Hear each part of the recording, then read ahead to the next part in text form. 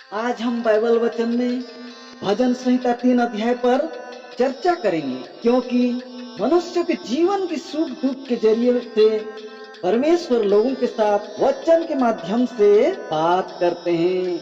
भजन संहिता 3 खास करके राजा दाऊद अपने पुत्र अबसलोम के भय से भागते समय हुई पीड़ाओं को परमेश्वर के आगे बयां करने को दर्शाती है। यह सिर्फ राजा दाऊद की ही नहीं, बल्कि संसार में जीने वाले हर इंसान के लिए परमेश्वर की ओर से एक शिक्षा है। यदि आप इसके बारे में जानना चाहते हैं तो थोड़ा धीरज धरने की कृपा करके आगे मेरे साथ बने रहिए। भजन संहिता 3:1 कहता है, हे यहोवा, मेरे सताने वाले कितने बढ़ गए हैं, वह जो मेरे विरुद्ध उठते हैं बहुत हैं।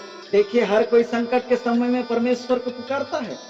दाऊद के जीवन में भी अपने घर से ही अपने पुत्र अबसलोम के रूप में एक संकट आई थी।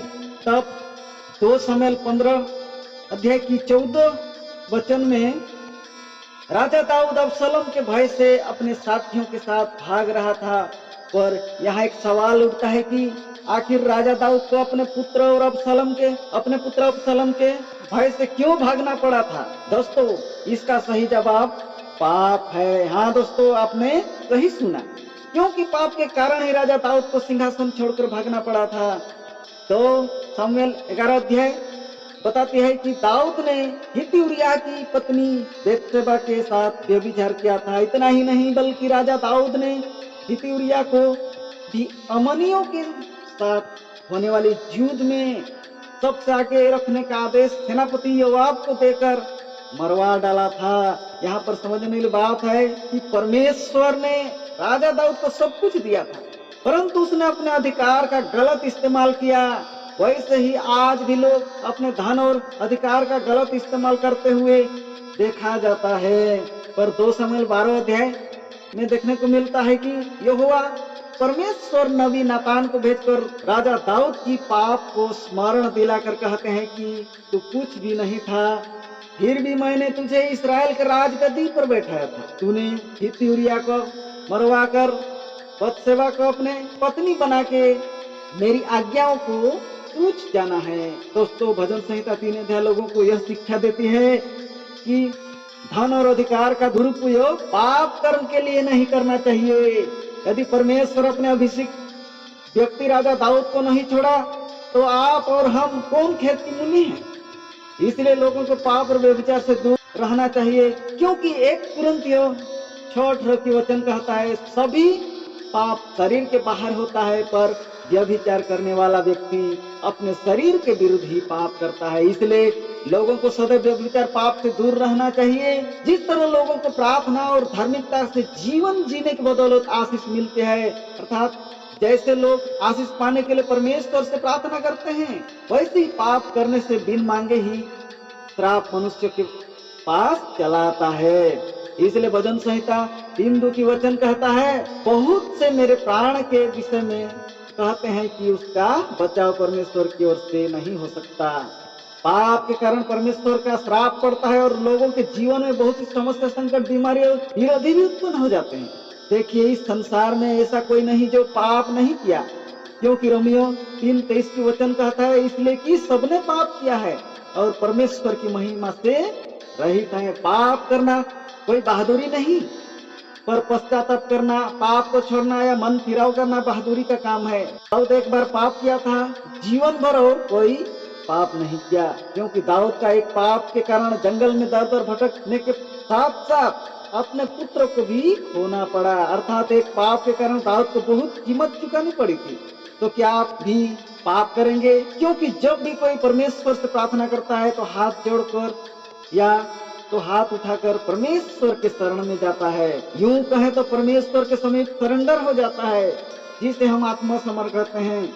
इसका विपरीत जब भी कोई पाप करता है, आज्ञाओं को नहीं मानता है, वाचा को तोड़ता है, प्रभु को छोड़ता है, तो परमेश्वर क्रोधित होकर उस मनुष्य के लिए अपना मुंह छिपा लेते हैं। क्योंकि व्यवस्था विवरण 31:16-17 के वचन के अनुसार परमेश्वर जानते थे कि मूसा के मरने के पश्चात इसराइली लोग बिगड़ कर परमेश्वर की उपासना करना छोड़ देंगे और दूसरे को ईश्वर मानकर पूजा करेंगे, जिसके चलते परमेश्वर का क्रोध भड़क उठेगा और वो अपना मुंह छुपा लेने की वजह से इसराइली लोगों के ऊपर बहुत सारे संकट, बीमारी, समस्या उत्पन्न होगी। पर जो लोग राजा दाऊद की तरह संपूर्ण मन से पाप को छोड़कर प्रभु की ओर फिरते हैं, उन्हें क्षमा मिल जाता है। फिर परमेश्वर जिसको क्षमा करता है उसे बचाता भी है। इसलिए भजन संहिता 3 अध्याय 3 से 6 वचन कहता है, परंतु हे यहोवा, तू तो मेरे चारों ओर मेरी ढाल है, तू मेरी महिमा और मेरे मस्तिष्क का ऊंचा करने वाला है। मैं ऊंचे शब्द से यहोवा को पुकारता हूँ और वह अपने पवित्र पर्वत पर से मुझे उतर देता है। मैं लौट कर सो गया, फिर भी जाग उठा, क्योंकि यहोवा मुझे संभालता है। मैं उन 10,000 मनुष्यों से नहीं डरता जो मेरे विरुद्ध चारों ओर पांति बंधे खड़े हैं। अर्थात जो लोग पाप को संपूर्ण रीति से छोड़ते हैं, परमेश्वर उनके जीवन के लिए ढाल बनकर रहता है। परमेश्वर उनको ऊंचे स्थान पर बैठाता है और उनकी दुआओं को भी सुनता है। अर्थात जो लोग पाप को छोड़कर सच्चाई और ईमानदारी से जीवन जीते हैं, परमेश्वर उनकी सुनता है, परमेश्वर उनके साथ रहता है।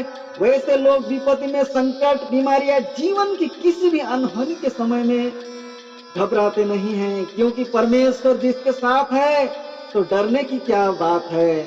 इसलिए पाप को छोड़कर वही कीजिए जो परमेश्वर की दृष्टि में अच्छा है। भजन संहिता 3:7 से 8 वचन में लिखा है, उठ हे यहोवा, हे मेरे परमेश्वर, मुझे बचा ले, क्योंकि तूने मेरे सब शत्रुओं के जबड़ों पर मारा है और तूने दुष्टों के दांत तोड़ डाले हैं। उद्धार यहोवा की ओर से होता है। हे यहोवा, तेरी आशीष तेरी प्रजा पर हो। क्योंकि यशायाह 43:11 की वचन में परमेश्वर कहते हैं कि मैं ही उद्धार करता हूँ। फिर लूका 2:11 की वचन में प्रभु यीशु का उद्धार करता हूँ ना बताता है, क्योंकि परमेश्वर लोगों की अपराध क्षमा करता है, संकट विपत्तियों से बचाता है, सच्चे मन से प्रार्थना करने वालों को आशीष प्रदान करता है। यदि आप बाइबल पढ़ते हैं, वचन को सुनते हैं, प्रार्थना भी करते हैं, तो नादान बच्चों की तरह ना बने, बल्कि बुद्धिमान व्यक्ति की तरह पाप को छोड़कर अपने दैनिक जीवन में भी परमेश्वर की इच्छा के अनुसार जिए। क्योंकि यदि कोई मसीह कहलाने वाले व्यक्ति प्रभु यीशु की शिक्षाओं को नहीं मानता है और पाप में जीवन जीता है, तो वह उस धोबी की तरह है जो कपड़े तो धोता है पर उस कपड़े को अपने पास रख नहीं पाता है। ठीक वैसे ही जो प्रभु के लोग कहलाने वाले व्यक्ति यदि प्रभु की उपासना दिन रात करता है पर पाप को नहीं छोड़ता है, तो उसे क्या लाभ मिलेगा। दोस्तों, मैं उम्मीद करता हूँ कि भजन संहिता 3 अध्याय के वचन आपको समझ में आ गया होगा। यदि वचन आपको अच्छा लगा तो सब्सक्राइब जरूर कीजिएगा। प्रभु के वचन के प्रति कीमती समय देने के लिए आपका बहुत बहुत धन्यवाद। प्रभु आपको सुरक्षित रखें। आपका दिन शुभ हो।